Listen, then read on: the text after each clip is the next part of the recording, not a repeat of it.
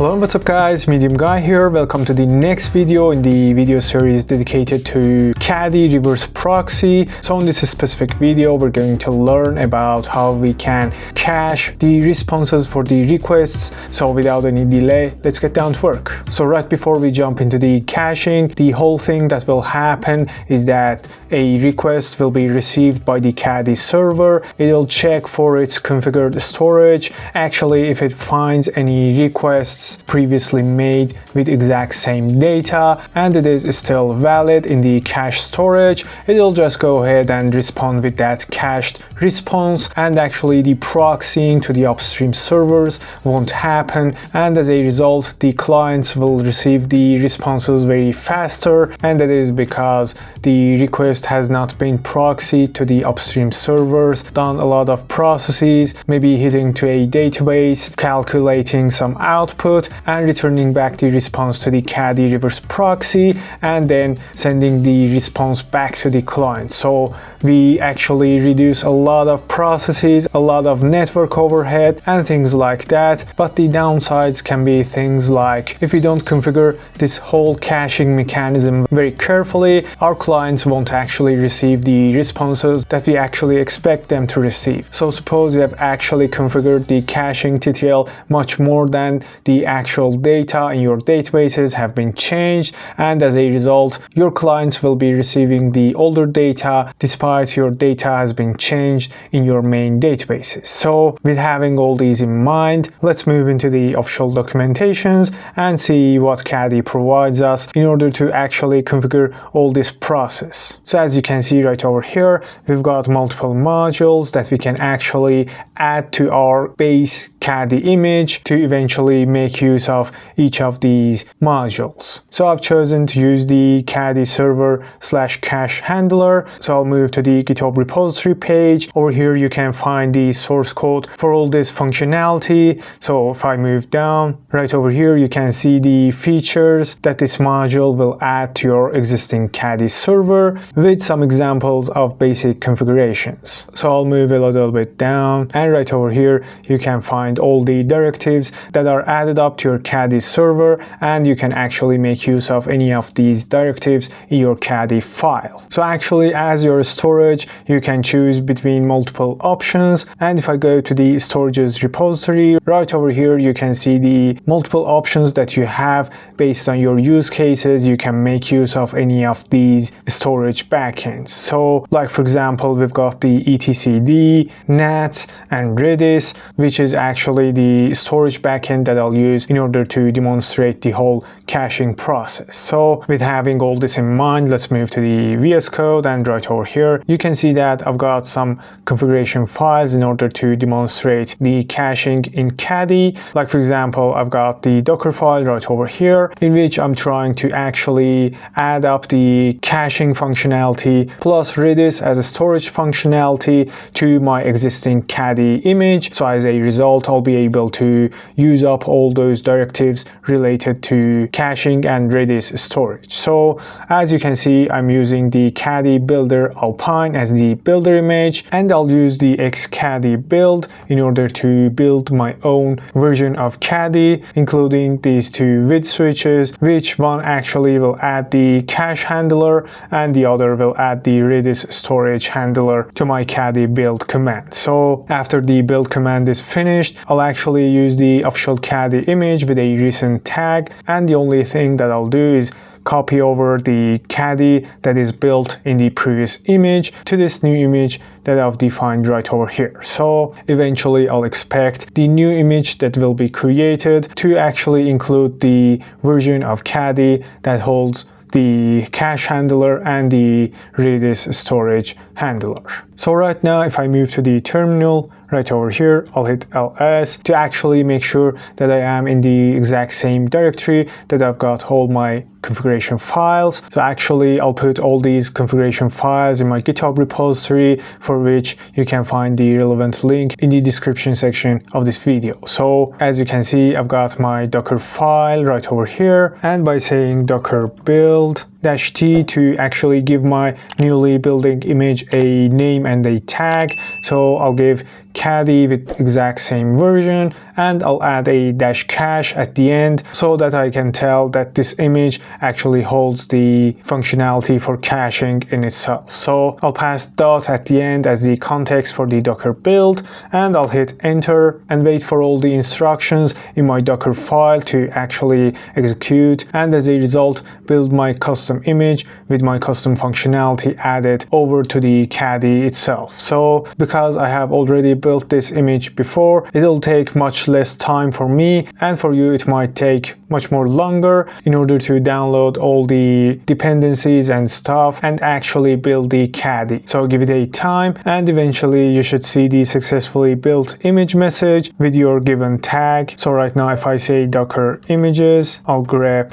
this exact name right over here, and if I hit enter, actually I'll try to remove the Caddy from right over here, and if I hit enter, you can see that my exact image has been built with exact same name. So right now my Caddy image is ready to be used and create containers from it. So I'll move back to the VS Code right over here, and if I move to the Docker Compose file, right over here you can see that I've got 3 services, one being Redis with official Redis image with tag 7.0, and the command that will be run when the container is created will be Redis server with all the defaults and with no persistency enabled. So this will just be a dummy Redis server in order for me to demonstrate the caching and the connection between the Caddy server and this Redis instance that is actually happening. So if I move down right over here, you can see that I've got another service that I've named as backend, and I'm using an echo server that I can actually make requests, and it'll respond with exact detail of the request that it received back to the client that initially made the request. So this is just a demo example in order to show that the caching is actually happening in the Caddy server, but in the real world the whole steps will be the same, and instead of this dummy echo server, you will actually replace your microservices behind this Caddy as a reverse proxy. So I'll move down, and right over here you can see that I have a Caddy service with the image that we just built, and by using the environment variables and by passing time zone, I am actually able to set the time zone of the container that will be created that will actually have my Caddy server inside it. So right over here I've got the port section that I'm mapping port 80 and 443 to exact same ports inside the container. So as a result,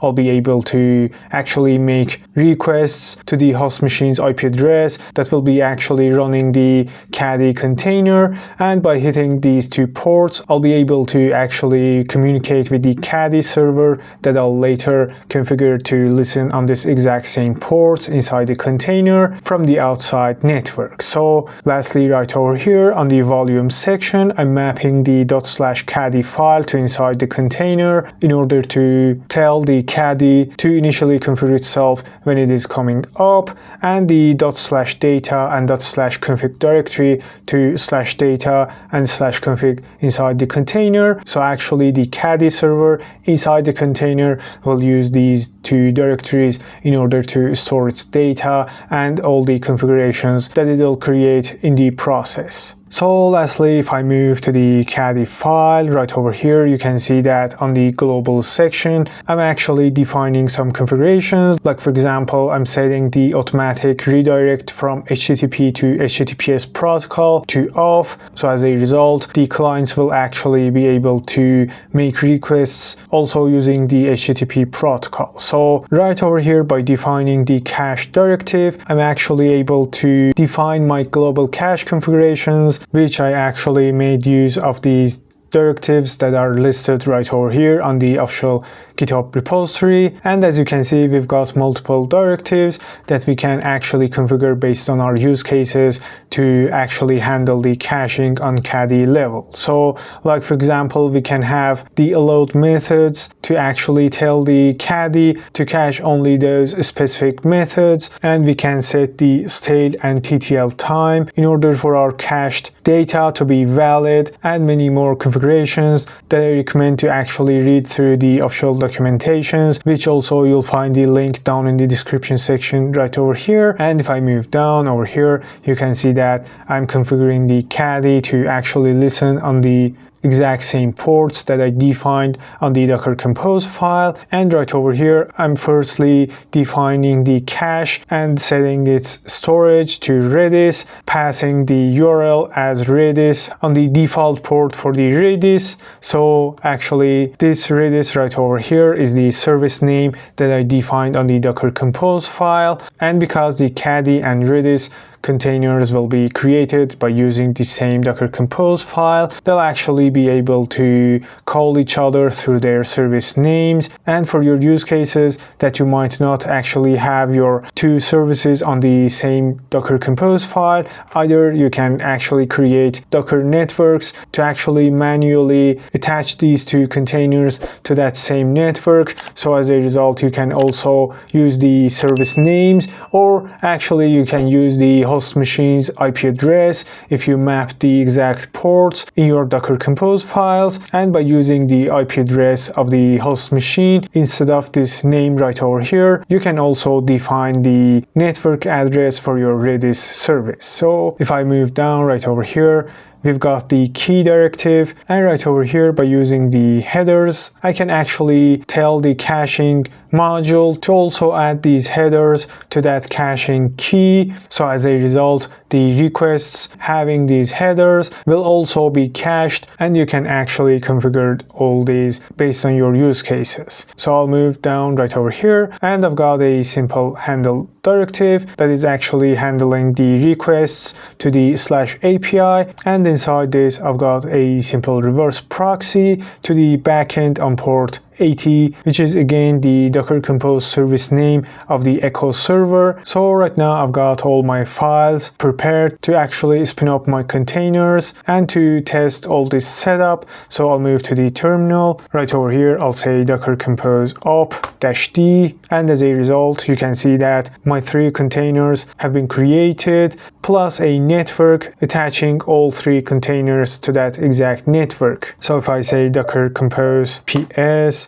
you can see that all my containers are up and running with exact same ports mapped to inside those containers. And by saying Docker Compose logs -f to follow the logs, and --tail 100 to grab the latest 100 lines of the output logs of these containers. And as you can see right over here, things are looking good, and I should actually be able to make requests to the Caddy server. So I'll use another terminal in order to make requests using curl, and I'll pass the HTTP, the address of the machine that holds my Caddy server on port 80 and on /API. So right now I'll hit enter, and you can see that I'm actually receiving the responses from the Echo server. And if I go back to the logs, you can see that the relevant log has been outputted from the backend server. And if I try to make another request, and you can see how many requests I make, there is only 2 logs right over here,